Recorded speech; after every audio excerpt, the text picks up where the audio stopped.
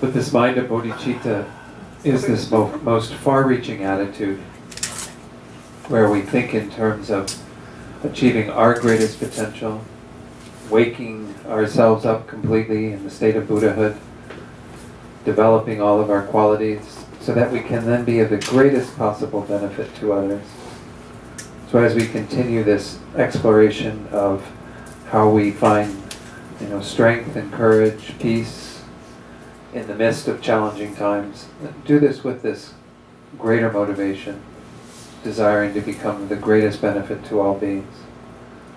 You're increasing your own awareness, your own understanding, your own good qualities. Now let's go to page 98 and just recite the Refuge in Bodhicitta prayer again, one time in English and twice in Tibetan. Again, page 98. I go for refuge until I am enlightened, to the Buddha, the Dharma, and the Supreme Assembly.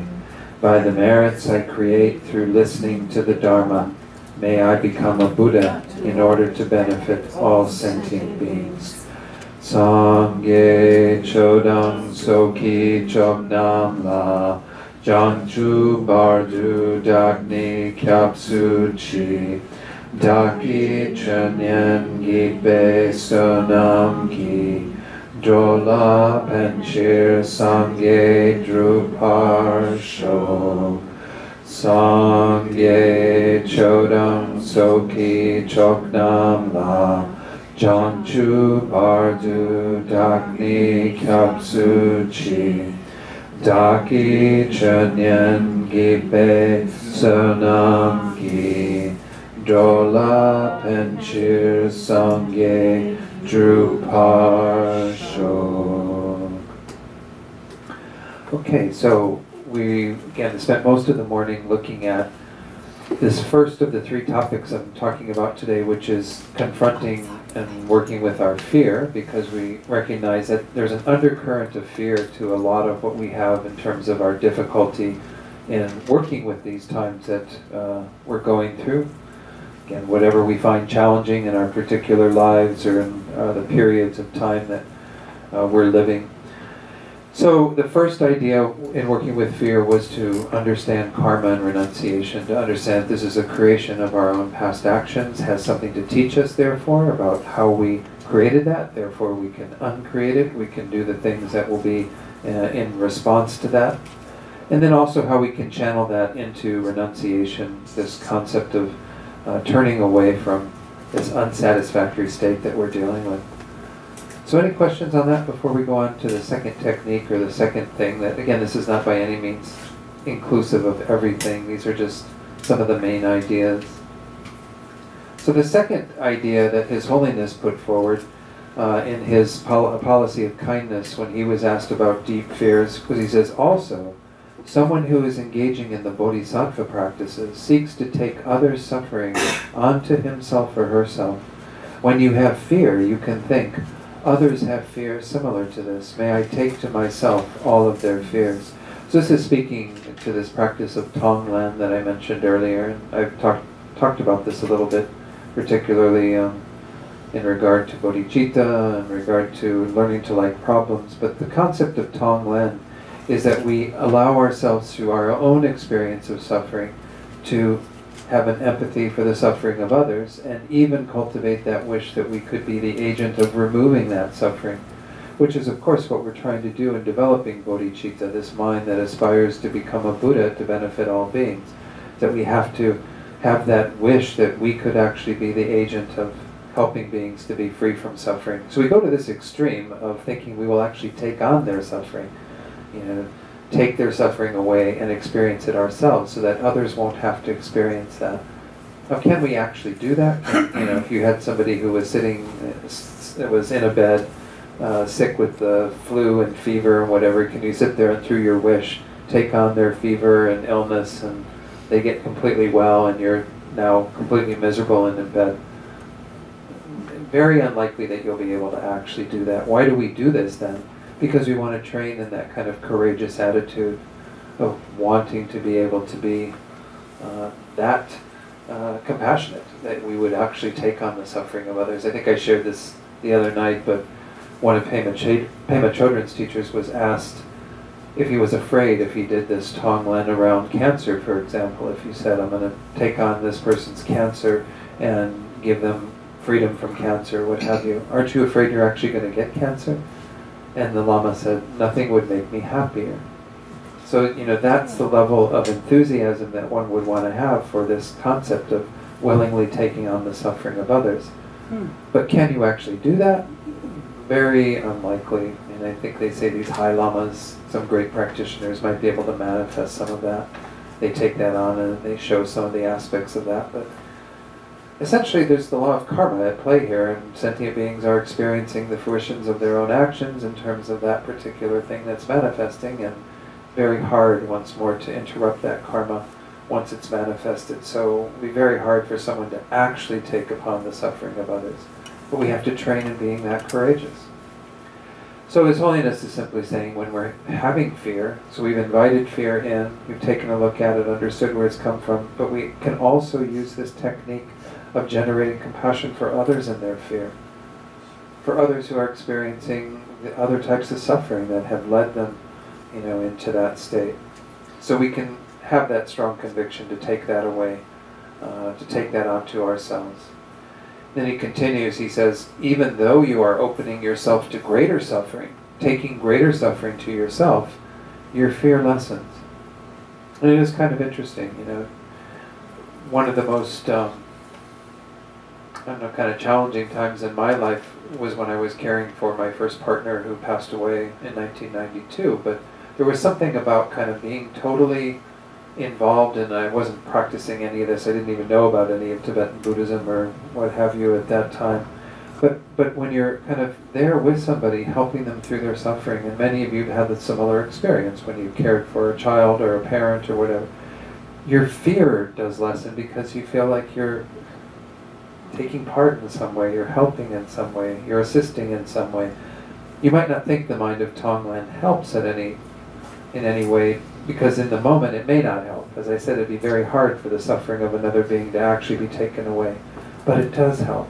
It does provide some space for deeper growth of your own compassion, and certainly the development of this state of mind that we call bodhicitta, as well as all the way up through enlightenment.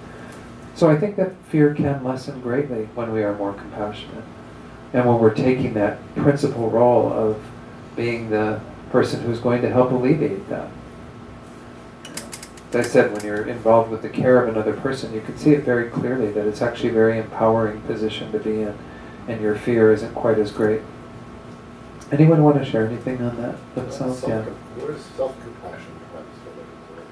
Yeah, we talked about self-compassion in one of the sessions, but self-compassion is really where it starts. I mean, we do have to have a clear understanding of our own situation in this process. Well, they actually do say to start Tonglen with yourself, or any of these techniques of generating compassion, that we actually start with clearly seeing our own situation, and even working with ourselves as the object of those compassionate thoughts. And then on the basis of that, we open up to this idea of taking away the suffering of others. Now, is taking on their suffering and antithetical to having self-compassion? I guess we have to go to that question eventually, right? Which is, I think, the crux of what you're asking. No, actually, what I'm actually asking is, the process we're in right now is how do we work with fear? Right. Right. So what I'm asking is, where would if we're looking at number 2, right, compassion, bodhicitta, we're talking about compassion. Right, others, yeah. Right, so there's compassion for ourselves in this process. But I think if we go back to that other one and we say, okay, it starts with you having fear. As this one says, when you have fear, you can think others have. So it's motivated by understanding that your own fear is part of your experience, and you're having compassion for yourself in your fearful state, and you are engaging in Tonglen as a way of actually lessening your own suffering, lessening your own fear. That's why in the next slide he says, yeah, when you do that, your fear actually does lessen. So I think it can be seen as part of this. It's not just about having compassion for others, though that's obviously where we want to take it and what bodhicitta eventually embodies. It's the idea that when we're experiencing fear, that if we really do care about our own experience as well as the experience of others, this is a mind state that will help to alleviate fear in our own mind. I'm sorry to be harping on it, it's just that in my experience, self-compassion is, in dealing with fear, is just so critical. In that most of the fear is generated from early childhood trauma, and I really, I'm almost in this process of reparenting in a sense, where I see. where I need to really show myself a lot of love and support in order to confront these fears Okay. and process them. In And I think that could be another dimension of, needing to be sure that we are compassionate genuinely. I think this is one of the tricky things when we talked about self-compassion and that class, making friends with ourselves, that the idea was to make sure that we're doing this in the wisest way, that we're not feeding into more habitual patterns that don't necessarily get us to some true relief and true happiness and peace in the midst of that for ourselves. So what I'm getting at is this idea of what His Holiness calls being wisely selfish, that you hear of frequently, right? Where in order to be wisely selfish, it means we have to really understand how to meet our needs at the deepest level. So whenever we're embracing ourselves, looking at ourselves, trying to work on our own healing, our own patterns of suffering that we want to be able to move through, we have to do that in ways that are genuinely speaking to that. And the deepest way, we can start off with the consoling and all of that kind of language that is a part of self-compassion, that is really acknowledging our own suffering and wanting out of kindness to treat ourselves with that. But there's this other dimension where we become wisely selfish by recognizing that our fears and our suffering and everything going on with us is at the deepest sense alleviated when we are dedicated to the welfare of others, when we are dedicated to relieving their fear. It's kind of like the story of, I've heard some of these reports from the war zones. The Buddha used a lot of war stuff in his teaching, so I think we have to admit war has been a part of the world for a long time, but in war a lot of stuff happens. It's pretty courageous. Like there's stories of individuals. I remember hearing one about, I think it was in Iraq, where there was a number of the men in the group had been injured, and this guy went out there to save them, and didn't realize until after he'd saved everybody and brought them all back that he had this gaping wound in the side of his chest. Like he was totally oblivious to his own suffering because he was totally dedicated to the relieving of the suffering of others. I'm just using it as an extreme example of, I think, what happens when we become focused on the welfare of others. Our own suffering seems so much less significant, kind of diminishes in importance. But we all have to start where we are, and that's kind of what I was getting to earlier, was that initially, yes, we have to be able to treat ourselves with a lot of gentleness, a lot of kindness. If we have wounds from the past that we need to heal through therapy, through whatever it is that we're applying, then we do that with this really compassionate touch for ourselves. But then we recognize at the deepest level that the greatest healing is going to happen when we get dedicated to the welfare of others. There's a wonderful story in a book that I'm reading currently called The Sun Does Shine, about Anthony Ray Hinton, who spent 30 years on death row, African-American man who was falsely convicted of a crime in Alabama and spent 30 years on death row under a false conviction that was finally overturned due to DNA evidence. He's talked about how the first 3 years of his life he just sat in his own misery and wouldn't even talk to people.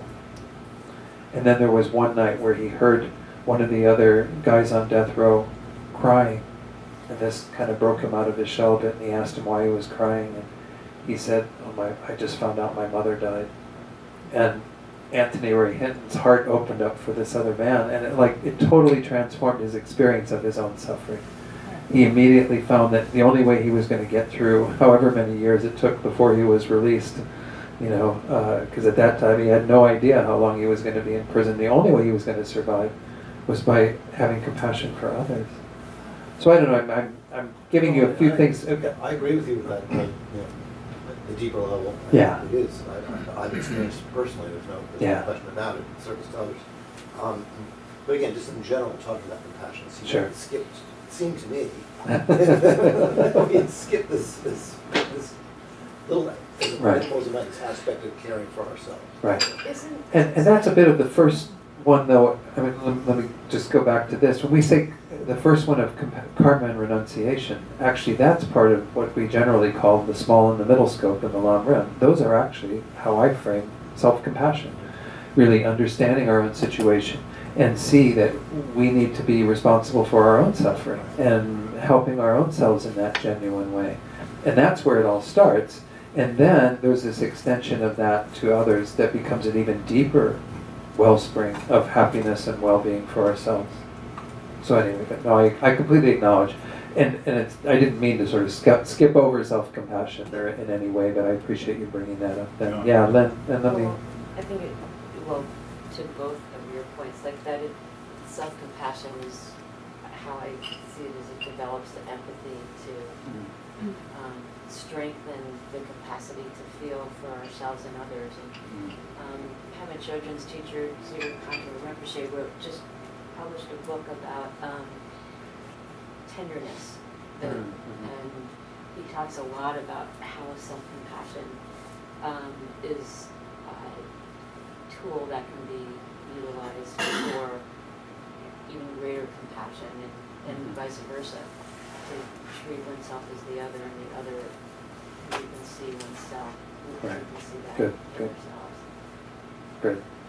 Thanks for sharing that. That's a very good point. Yeah, Chuck. We had a speaker here once, many years ago. I think his name was Paul Gyatso, a Lama. He was in Tibetan. He was in Chinese, in prison in Tibet. His biography is 20 years, I'm not sure. They pulled out all his teeth. He was here, he would take out his dentures. Yeah. They pulled out all his teeth, they pulled out his fingernails. And the biggest fear he had was that he would lose compassion for his arms. Yeah. That was the biggest fear he ever had, he said. Yeah. I mean, can you imagine? Yeah. Wow. It puts fear in perspective, definitely. So again, it's not to, in any of these things, as I said previously, it's not to lessen, just like when I was saying the whole first world problem, I'm not trying to lessen the suffering that anyone experiences or the fear that anyone has, but you can see how fears, or what we call fears, change when one develops one's own mind, that we become, more heightened to different levels that we didn't have before, and things that are minor. I mean, this wasn't minor. I mean, for us to think about having your fingernails pulled, just one fingernail pulled would be just like a horrible, horrible thought, right? But those things they just become much lesser in the face of greater ideals. And that's the whole concept behind a lot of these. When we begin to broaden the mind, broaden the heart, there's not so much room for our own little things that seem quite insignificant in the space of that. But for many of us, they're going to still seem quite significant based on where we're at. So we treat them in that way, with self-compassion, with kindness. Yeah, I love I remember that day. Sure. It was powerful. I was just living there, just crying, and it was amazing. But what I'm going to say is, from the Buddhist approach, and this is a Buddhist center, okay, why? And this isn't just my ideas, it was explained early on from His Holiness and on down, that the reason this is the opposite to Western psychology is that from the Buddhist perspective, they really believe that the way to learn of self-compassion is not learning to love yourself first and then you can give compassion. But the only way to get to that place is to give to others, whether it be mentally, physically, and if anybody, even you see children, that have shared something with someone, the joy that they get, of making somebody else's life a little nicer for that moment. And I found that with myself, although I was not raised with a lot of praise. Quite the opposite, And I found out when I went to India that I didn't need what I thought they were teaching me. Yeah, love myself. I learned by giving to other people when I thought I had nothing to give. Sure. That's when I felt some healthy self-worth. Right. Was because it's actually the opposite of Buddhist philosophy. It's really opposite of Western psychology. I don't know. That's my idea. I think there are times when it becomes opposite. I think it can start from the same place to some degree. Yeah, I mean, Because they're both dealing with the reality of suffering and trying to find antidotes to that in what ways that they can. But again, I think this is the beauty of the Buddha's teachings, though, is that while, yes, we can drive towards these more ideals, and of course, they go pretty deep, the Buddha's also teaching us to practice where we are and to work with what we can. And so there's a lot of self-loathing. I talked about this that night when we went on about making friends with them. There's a lot of self-loathing and self-hatred in our culture that frequently needs to be healed before one jumps to these higher spiritual ideals. John Wellwood, I mentioned in that class, he has this term called spiritual bypassing, where we kind of jump over all of the wounding we have in our lives to get... Pardon? Yeah, I said, no, I didn't mean that. No, but I just think it's important to make sure that we understand that. I agree.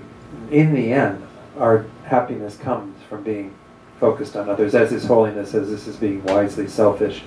But a lot of people, when they hear that, if they're in the mode of already putting themselves down a lot, self-denigrating, all of that, when they hear that I've got to be focused on others, it's not where they're at all. They need to start with caring for themselves. But the most genuine way to care for oneself is to care for others, absolutely. Yeah, well, because then he gave like a little example. Like if you have a piece of candy or you see somebody that needs help with the shopping, not this big spiritual, make it into little things that then you start to notice. Absolutely. When someone says, oh, thank you, that was so kind. Oh, it's not like you're so wonderful. Oh, and just one thing. This question was on Jeopardy last week. Well, What one? A Buddhist question in the second round of Jeopardy. They said, in the Buddha taught the Four Noble Truths, and he mentioned the word dukkha. What is that? And but it was very hard. interesting. Yes, they did. One guy say, what is suffering? Wow. Yeah. Got the double Interesting. That would double Jeopardy, yeah. So let's continue on with, thank you for all these comments, and I hope that dealt with what you're talking about to some degree, Ralph. I think it is important, again, that we look at all the dimensions of compassion and understand that, at the deepest level, as well as just where we need to practice, each of us. So the third thing that I mentioned, that some of the Buddha's teachings that we can apply in the face of fear, that we can understand, that helps to loosen up some of this, perhaps, hopefully, it's really the ideal way that we loosen everything up, is to investigate who is becoming afraid, as His Holiness says. Examine the nature of yourself. Where is this I? Who is I? What is the nature of I? Is there an I besides my physical body and my consciousness? And he goes, this may help. Of course, again, at the deepest level, this is the investigation that's underneath all of this. To Chuck's point, we can talk about deconstructing fear. We have to deconstruct this ignorance. Eventually, we have to really understand why we're getting into any of these problematic patterns of behavior. This is what we spent a bit of time with 2 weeks ago in this Joy of Letting Go course, of just really deconstructing all of these things, seeing where they arise from, all the causes and conditions, but understanding that it's all at the deepest level rooted in ignorance, rooted in a misunderstanding of the I. That's why the ultimate antidote to any negative state of mind, be it fear or depression or anger or whatever is going on in our minds, is realizing selflessness, realizing emptiness. That this fictitious sense of self that we cling to, that we think is real from its own side, inherently here, is not real in that way at all. Its reality is very, very slight. It's only there, again, by designation, by imputation. There is nothing that is a real I on this collection of stuff. Each of you have your collection of stuff, your body and mind, the physical body and the consciousness. None of them are equivalent to the I. No aspect of them is equivalent to the I. And the I is merely designated to that. It's a thought we have in relation to this. And as a thought, if we knew it was a thought and held that it was only a thought, only a conceptual designation, we wouldn't have our attachment, we wouldn't have our aversion, we wouldn't have our fear, we wouldn't have all these other things going on. So again, this is the deeper investigation that I could spend the whole afternoon on, but I've talked about it here and there and done more specific things on it. So any questions or comments on that? That's, again, a pretty deep topic, but if you want to explore it further and you're new to this idea of emptiness, excuse me, one of the most wonderful books that I encourage people to start their exploration of emptiness with is His Holiness's book, How to See Yourself as You Really Are. He wrote that with Jeffrey Hopkins, and there's some nice meditations at the end of each chapter. And he goes through two of the main techniques that are used to help you understand emptiness. Okay, so then any other comments? So then as we start diminishing our fear, because the idea, again, and the way I put this presentation together, was that we could begin by kind of diminishing our fear as the main kind of obstacle to our being able to work with our situation.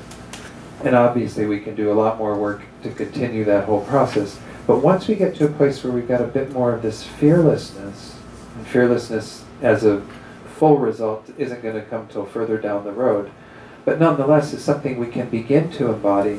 There were some teachings in this tricycle, was a consolidation of a number of teachings on fear from a variety of teachers. And there was a Zen teacher named John Daido Lori Roshi who said, have two little, I think 2 slides of what he had to say about fearlessness. He said, the fearlessness of the great spiritual teachers like Moses, Jesus, Saint Teresa, Buddha, and Bodhidharma was the fearlessness of the spiritual warrior. Different from stoicism, naivete, or arrogance, this is selfless, generous, and compassionate. Fearlessness is not a matter of ignoring fear, but of really acknowledging it and being empowered by it. We're confident that we can deal with whatever presents itself to us regardless of the outcome. I like that part. We're confident that we can deal with whatever presents itself to us regardless of the outcome. This is something we're going to see in the rest of this afternoon too. That part of our fearlessness is about not being too vested in the outcome of it, but rather in the action that is needed in response to it. So it's not to say that we won't have some bearing on the final outcome or results of our actions, but we definitely can't be too vested in that. It says, when we do not separate ourselves from our own fear, we actually transcend it. Each one of us is born with the same kind of fearlessness, but we need to realize it as our own lives, the life of all Buddhas and all beings. So this is the idea that we do have this fearlessness. It's there in a sense with our Buddha nature, because when we fully actualize Buddhahood, that fearlessness is there as well. And that's because the fear that, as we discussed, so much of what we call, again, our unwholesome fear is built upon a not so solid foundation. It's built upon these delusions and ignorance. And therefore, our fearless state is what's underneath the surface of all of that. We remove all of that, we can be in this fearless state. But the key thing here is that we have to, this was pointing to the importance of the first step that I mentioned, we have to invite fear in. Blocking fear or just shutting it out of our minds, I'm not afraid, I'm not afraid, I'm not afraid, that kind of thing, that's not going to get us anywhere. That fearlessness, fear becomes the means by which fearlessness is made manifest. In that same way that we could say it's through our ignorance that our wisdom actually becomes manifest. You can say that, right? Because if we aren't willing to confront our ignorance, acknowledge our ignorance, and learn to dismantle our ignorance and deconstruct it and eventually be rid of it, the wisdom will never be cultivated. The wisdom is cultivated in response to ignorance. So fearlessness is cultivated in response to fear. So when we have fears, again, welcome them in, invite them in, and then go through this process of trying to deconstruct them, to come up with the antidotes, the different states of mind, like karma, understanding of karma, renunciation, bodhicitta, view of emptiness, all these things that will help us. So any final questions on this whole topic of confronting and working with fear? By the way, in Smile at Fear, the book I mentioned earlier by Chogyam Trungpa, he goes into some nice analogies for fearlessness and kind of what it looks like. One of them had to do with kind of the way that somebody who's in the saddle on a horse stays in the saddle. meaning like the horse can go fast, or the horse can go slow, or go to the left, or go to the right, but you stay in the saddle. You kind of stay with what's going on. It's kind of a nice way to talk about that fearlessness, so that you aren't really in any way being diverted from what it is that you're trying to do by cultivating that fearlessness in the face of what you experience. Do a bit of bibliography For this class. Well, if you get the slides, you'll notice that there are a number of references, Right. and they're always in the little white in the bottom here. The So one that you just mentioned, that book, is that on one of these slides somewhere? that was on one of the early slides, yeah. Chogyam Trungpa's Smile at Fear.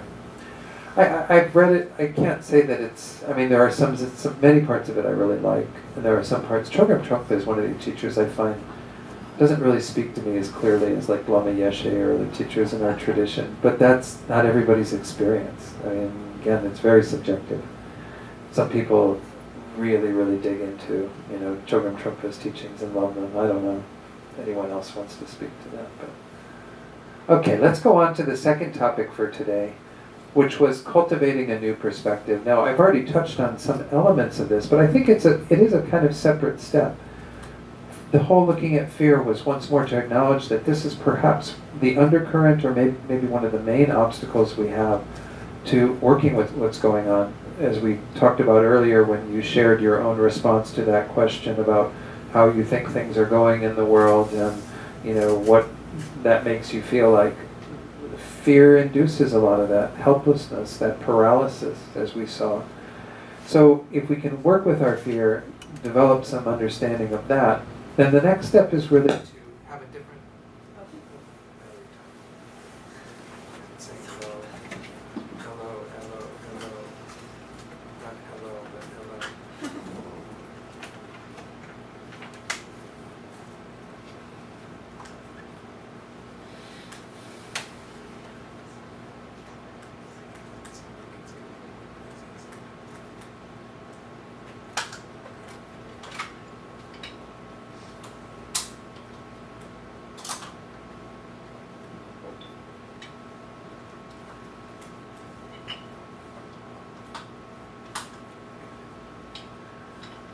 All right, so this next section we're going to be looking at cultivating this new perspective or different perspectives. This is part of, again, what I tend to call reframing. But this idea of perspective, I'm taking most of this in the slides that I'll show in this section. There's not a lot, but I want to spend a little bit of time with this, which is what's called the Book of Joy. Many of you have read this book, or maybe have it on your shelf and are hoping to read it. It's a wonderful book that was put together on the basis of some dialogue that occurred between His Holiness the Dalai Lama and Archbishop Desmond Tutu. Douglas Abrams, who was there, kind of documented the talks and consolidated them into this book, the Book of Joy. There's one section of the Book of Joy where they talk about what the two teachers there identified as the 8 pillars of joy. And the first of these is what's called perspective. So from that book it says the first of the 8 pillars of joy concern our perspective on life, our ability to reframe our situation more positively. A healthy perspective really is the foundation of joy and happiness, because the way we see the world is the way we experience the world. And this is the heart of Buddhist thinking, but obviously many other spiritual traditions adopt this idea as well. But this is really the crux of it. If we want to have the perspective, because it was even kind of interesting, your answer to that, it depends. It depends to some degree. We can say how we see the world and how we see things going depends upon our perspective. And how much we might, again, buy into a cultural way that things might be looked at in terms of what's going on in the media and all of the ways that we're fed a lot of the story of what's happening in the world and all of that. But even if we buy into some of that happening, we can still have a different perspective on all of that. We can still look at that and say, yes, but I can change my mind in terms of how I'm going to be looking at what's happening in the world.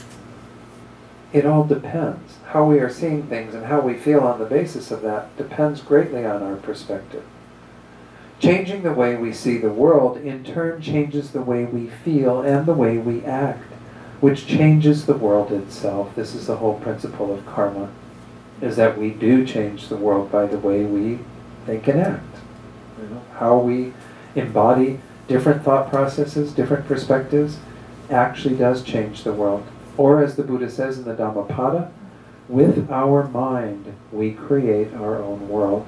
And of course this is the real crux of the teachings on karma, is that it's not all this stuff happening out there to me in a sense, you know, this is what I've created. And so embracing our perspective as a key part of this. So His Holiness said in that book, for every event in life there are many different angles. When you look at the same event from a wider perspective, your sense of worry and anxiety reduces and you have greater joy.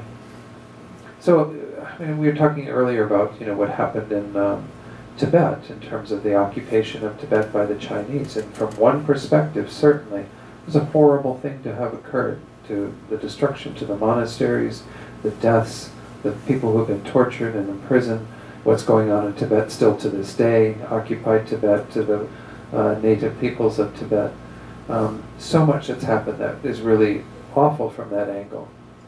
But here we are sitting and being able to enjoy the preciousness of the Tibetan Buddhist teachings on the basis of that having happened. There would be no guarantee that had China not occupied Tibet in 1959, that it would have made it out to the West and that we would have encountered it and that we'd be sitting here now doing all of this.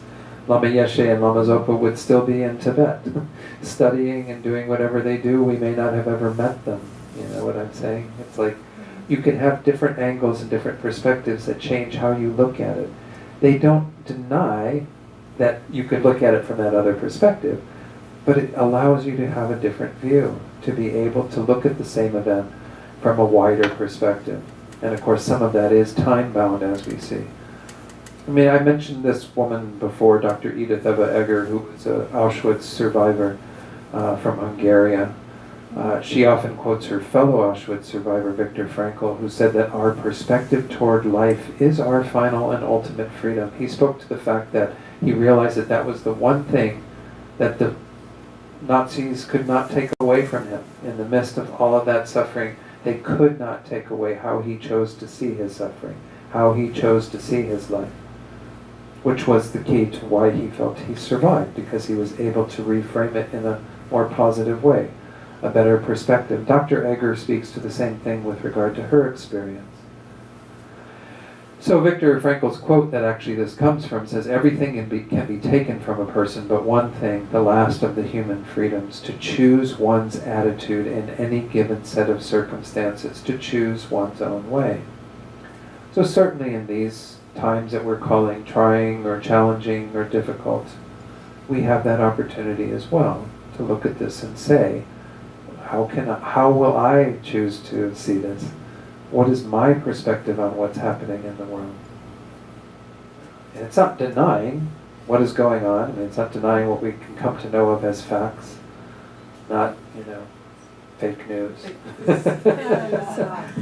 What we can come to understand is what's actually happening, and then we can hold a different perspective in relation to that. We don't have to buy into something that's pessimistic and something that's only looking at it from the negative and what have you. So there's 3 different shifts that are talked about in the book. I'm going to go through each of these briefly because I think they give some flavor to this, but then I even have a few others that I've added on.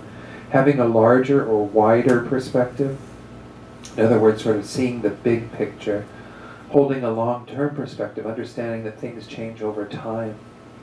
And then finally having a perspective beyond oneself to include others. So this isn't just the wider perspective in terms of the big picture. It's even the tendency that we have to look at things through the lens of our own eyes and not see them from the point of view of other people. Okay? So let me just share a bit of what is said in the book on those. For the first one, he says, this involves stepping back within our own mind to look at the bigger picture and to move beyond our limited self-awareness and self-interest, to see that we aren't seeing the entire picture. I think this was a big learning that a lot of us had in terms of the election that happened in 2016, was that we weren't open to, and we were perhaps blind to, a lot of the suffering that was going on in our fellow country persons. A lot of people in this country who felt a lot of discontentment, who felt that their needs weren't being met, who had to put forward that voice of voting for Mr. Trump because they felt it was the answer to the suffering they were experiencing. So it says, with a wider perspective, we can see our situation and all those involved in a larger context and from a more neutral position. By seeing the many conditions and circumstances that have led to this event, we can recognize that our limited perspective is not the truth. It's not the entire truth. It's true for us in terms of it's a validation of what we're experiencing, but beyond that, it's not the entire picture. It's a much, much bigger picture.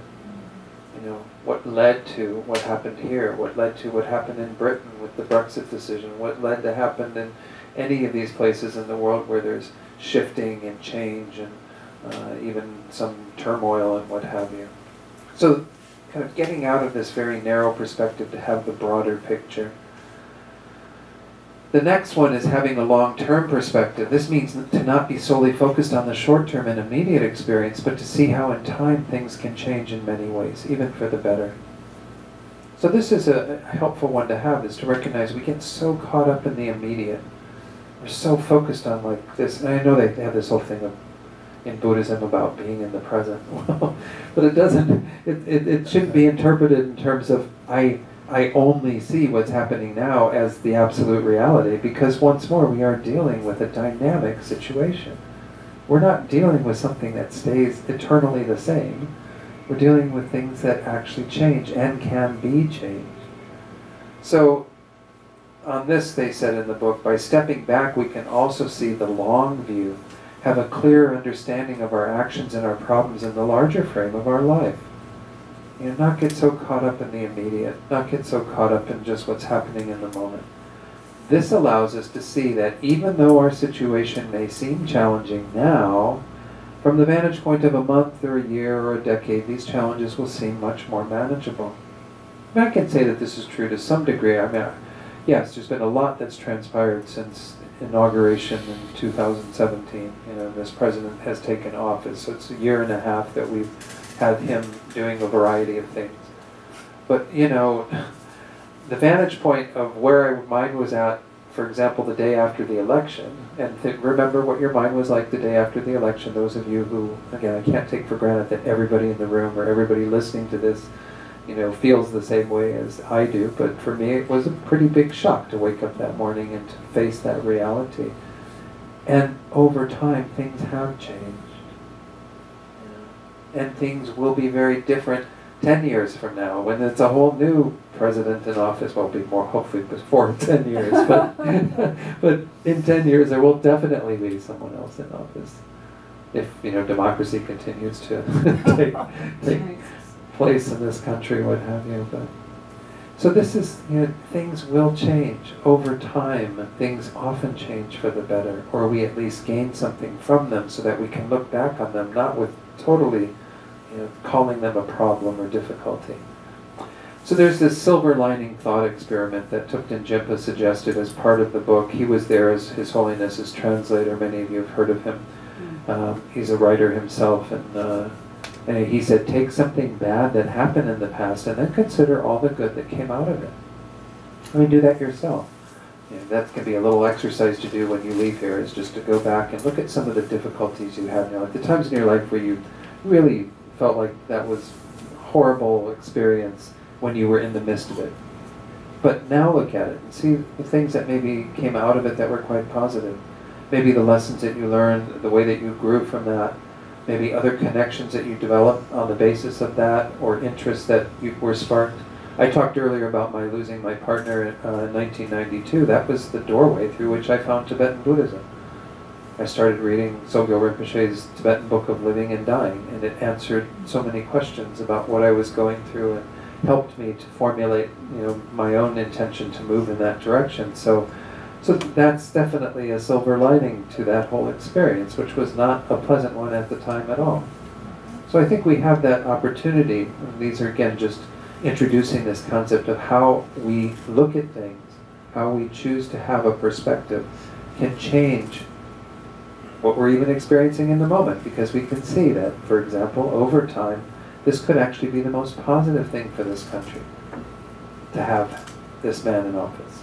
Because what can happen can be in such incredible response to that. You know, sometimes it takes things going to the extreme for like the other side to pull it back over into a stronger position. You never know. We don't know what the future holds, but to hold at least that awareness that things will be different over time is already, you know, capable of providing some relief.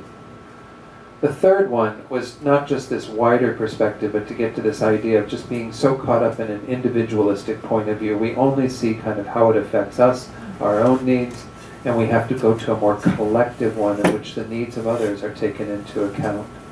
So this type of shift is important. The Archbishop and His Holiness say, well, this is part coming from their dialogue, this wider perspective also leads us beyond our own self-regard. Self-centeredness is most of our default perspective, but as the Dalai Lama and the Archbishop demonstrate so powerfully, we also have the ability to take on the perspectives of others. And this is the wonderful thing about us as human beings, is that we're not limited in just our own little view. Maybe animals have this to some degree. But we can, through our empathy, through our ability to identify with others and see our similarities, our commonness, our shared humanity, we can actually take on the perspective of others. You know, it's really eye-opening. I haven't read the full book. There's a book that was written around the time of the election, Strangers in Their Own Land, by Arlie, can't remember her middle name, but it's Hochschild, I think is her last name. She wrote this book on the basis of spending 5 years in Lake Charles County, Louisiana, living among the people there, who were a lot of the type of voting bloc that voted for Trump. And she really got to understand their concerns, where they were coming from in terms of their own individual experience. And so she wrote this whole book that was like an expose on that part of American culture that, again, a lot of us on the liberal side of the fence have been a bit blind to. And their perspective, actually, just to share a little more on that, was that the liberal thinking was always to try to put people to the front of the line whose suffering we felt was so important it needed to be addressed. So, well, we'll put the Syrian refugees to the front of the line, and we'll put these folks to the front of the line. And the folks that are, you know, dealing with a lot of poverty and a lot of disease and a lot of other difficulties in these parts of the U.S. that are primarily white, felt like their needs weren't being met at all. I mean, it's just another perspective that if I am blind to, then I make decisions on the basis of not taking them into consideration. So it's a helpful thing to kind of break out of some of the perspective that's just about me, my own awareness, my own self-regard, and to begin to open up to the reality of what's happening in others' lives, you know, their experiences. Anyway, it's an interesting book. I really encourage it. There's a summary of it, in a sense, an article she wrote for Mother Jones magazine that you can find online if you don't want to read the entire book. But so as the Dalai Lama and the Archbishop explained, the wider perspective leads to serenity and equanimity. It does not mean we don't have the strength to confront a problem, but we can confront it with creativity and compassion rather than rigidity and reactivity. So this is also embedded within this, is that if we start changing our perspective in terms of what we are looking at in our times now, what we're facing, we actually have so much more to draw from to react to it, or respond to it, I guess is a better word again. Reacting being the more habitual negative way, responding being something where we've actually thought about how best to act in the moment. So when we take the perspective of others, they continue, we can empathize with them. One starts to see the interdependence that envelops us all, which reveals that how we treat ourselves is how we treat others is ultimately how we treat ourselves. This is what we were talking about earlier, is this idea that we come to understand that that is what karma essentially means, is that how we are treating others is how we are treating ourselves. If we want to treat them with disdain, with neglect, in effect, that is the karma we're creating that we ourselves will experience. So we are also able to recognize that we do not control all aspects of any situation. This leads to a greater sense of humility, humor, and acceptance, which happen to be the next 3 pillars of joy that they go through. Perspective is the very first of the 8 pillars for this reason, because once we change our perspective, then all of these other qualities do fall into place. Then we can have more humility. We can bring humor to even what we do and acceptance of the situation. This idea of not being able to control all the aspects of any situation, I mean, this is a key part of it as well, to understand that that is the reality. There's a huge web of interdependence. I think this is part of, there was a lot of people that put that label on liberal thinking, that it was the liberal bubble. And to some degree, I admit, I was subject to a lot of that too. You know, I stay around people who think like me. I, hear the comments of people who think like me. It helps me just to continue to think like me. It doesn't help to be totally isolated from all that, because it's antithetical, it's in contrast to how the world actually exists. We've got a whole bunch of other people who are involved in our welfare, and we're involved in their welfare. And it doesn't mean we get into this whole thing of right and wrong and black and white and us and them. That mentality doesn't go anywhere. It's the understanding that we have to be concerned about the whole. I think our actions will be so much more powerful if we care about everybody in the room. Yeah, Chuck. I got a question that's bothered me. Okay. So you're going to let it bother me. I don't know if I can articulate it, but how do we know that our karma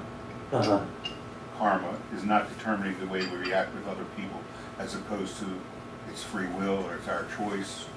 How do we know that we have a choice? If karma is cause and effect, and how do we know that our behavior is not the result of cause and effect?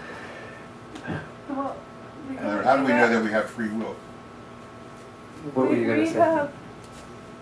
We can control only one thing, and that's my mind, and so that is I can control I have the power over my reaction. How do you know that? Well, I guess because I've witnessed that. But I guess what Chuck's saying is, how do you know that that isn't a karmic pattern that is the ripening of other things rather than your making a choice? Maybe it is, because karmically I've got here. So we don't have a choice then.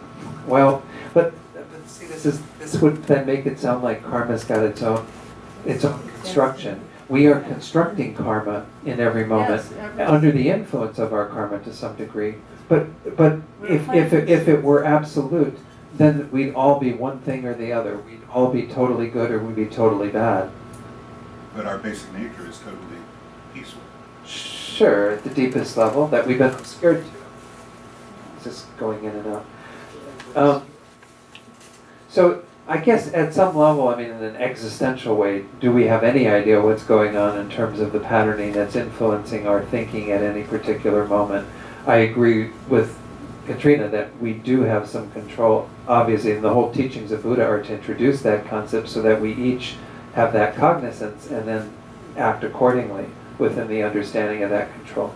But by virtue of that, sure, we are creating new karma that is going to help us to be more in touch with our compassion, our generosity, our kindness, all of these things, the more that we do that work. But it is up to us to still, I have that conviction that it's still up to us to nurture those things. We all have the seeds of both of these types of behavior and everything in between in our mental continuum, because we've been around since beginningless time. And so it's all there to be drawn from. If I decide to feed, it's kind of like the story of the two wolves, right? That I shared that one weekend. That there's two wolves, the Cherokee elder who tells his grandson that there's two wolves fighting in his head. And he talks about how the one wolf is greed and anger and all these negative things, and the other wolf is compassion and kindness. And the little grandson asks, well, which wolf wins this battle? And he says, the one I choose to feed. So there still is a choice that we are making about which wolf we feed. We both have both wolves. And if something happened in my life and suddenly, I start feeding the negative wolf and I start becoming, somebody who leans to that side, I could become, a murderer or a serial killer or whatever. We all have that propensity. But I think we have to recognize that we're talking about in the moment, is there a choice or isn't there a choice? We are greatly influenced by what we've done in the past, but I have to believe there's a choice that we make in the moment that cannot be 100% conditioned by what we've done in the past. Otherwise, if it was 100%, we'd never be able to break free of it at all. Yeah, that's So- true. It's almost like saying we almost have a choice of which karma ripens when. Well, we do. Well, we don't at that level, but in terms of karma, because karma isn't just the experience, karma is also the behavior. That's the one component of karma that we can't be blind to, is that we tend to do the same thing we've done in the past. We're creatures of habit at that deepest level, that karmically conditions us to be more in line with doing that. But yet we see that can't be absolute either. Because, for example, many people who are very rich in this world, we say that their resources came from their past generosity, but they might be very miserly in their richness. So their condition of being generous hasn't come over into that life and been bought into. They're making decisions to actually be miserly in the face of their wealth. I could also say that their condition of being miserly is a result of karma in the past. Sure, but it's not the same karma that got them to having the resources, so this is where it can't be absolutely one way or the other. It's that we are conditioned by the past, but we are not absolutely under the control of the past. So we have free will. I mean, free will is a Christian concept. I would say, do we have a choice? We have choice. Absolutely. Now, can I prove it to you? No, but I think it's a more helpful construct to work with. So it's a belief. But isn't that the whole premise of Buddhism, right? That we have choices, and the more meritorious choices we have. And actually, karma works in our favor, because once more, if we do really get into perpetuating and strengthening positive patterns, they will guide us in the future. We have that assurance. That we will be more under the control of those. Why we have been such a mixed bag of things is because we've never taken charge of the process. When we take charge of the process, then we can assure that we will continue on a more evolutionary development. Yeah, well, I wonder, because I think a lot like Chuck, and I remember when, what Lama Zopa said, when a tsunami happened, and it was over hundreds of thousands of people got washed away, right. and somebody asked Lama Zopa, like, how so many people, da-da-da, and his answer was very simple, is because they killed and ate fish.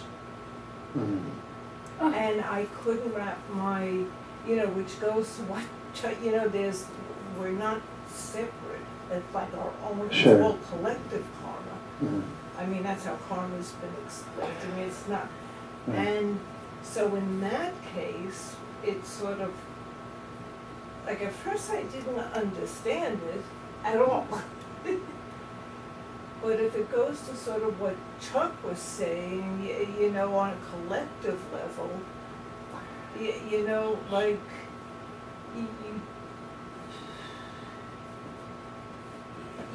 did those people have, Rinpoche's answer was that they didn't have any choice. The thing that happened to them was because for many, many years, where they lived, they killed fish. Yeah. But Yeah. the way I hear what Chuck's saying, though, is that he's talking more about the mind state of the people who are experiencing the tsunami, regardless of which we can say is karmically conditioned to some degree, whether they're going to see it in the light of generating compassion for the other people who are suffering, or being totally caught up in their own suffering, or whatever. I mean, we're getting more, I think what Chuck was getting more, it was not the ripening in terms of the experience, but the ripening in terms of the thoughts that one brings to whatever experience. Do we have control over that? Do we have control in our minds? For example, if you have a strong pattern then in the past of having been miserly, do you have the choice to be generous? We would say to the degree that you're under the control of your past karma to be miserly, it influences you greatly. But there can be factors that encourage you to break out of that. I mean, we really don't have control of our thoughts. Yeah. If I would say to you, you know what your next thought is, you're not going to know that. That's where mindful. Thoughts come and go. But we can move our thoughts in a particular direction. And so if we make the choice to, We can move the results of our thoughts in it. well, we move the thoughts and then the results of our thoughts follow from that. Oh, sorry, I'm thinking like like sobriety might be a good example. Somebody who's struggling with addiction, let's say substance abuse, right? And they've been struggling for years and years and years, and it's been such a difficult habit, and they've gone to rehabs, etc. But slowly, as they work with their mind, they're able to not use anymore, whatever that substance is, and they're able to recognize more and more that what it's like to work with sobriety, and all of that, that's like such a huge transition when one thinks about it. So that's sort of like a practical example. Does that help at all? But I think, I mean, I get what you're saying, because I think it becomes a bit of, like I said, a more existential question of because he could look at your example, I think, and say, well, but what the karma was there for him to be sober and to go through the process of sobriety. So he was under the control of that pattern that led him to seek sobriety. So there was some virtue, some merit that helped to... But I think he's just still questioning, where does that prove that there's choice? And are we all under the control of these factors that are, so again, kind of, it starts to point in my mind, and the only problem, the main problem I have with it is the absolutism of it, that then it makes it, there's no choice that we have at all then, because we're always going to be under the control of those factors. Those factors influence us. But I can't say that they... Is that more towards... I don't know. Maybe we're going too far astray with some of this discussion, because I don't think I can answer it in a way that would satisfy you completely, because I think we cannot know all the effects of our karma. But if we think that they're absolute, then I think it defies what karma is essentially taught as, which is a very dynamic phenomenon. Mm-hmm. It's not something where, because we've done a particular thing, then we're cast in stone and we're always going to behave that particular way.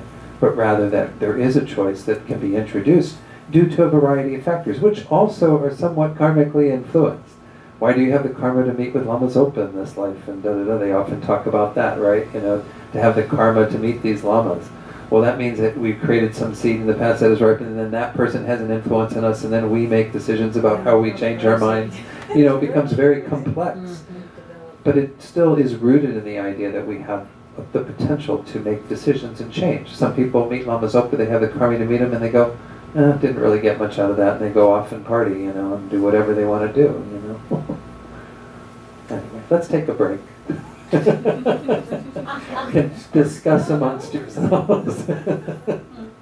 All right, so about 10 minutes.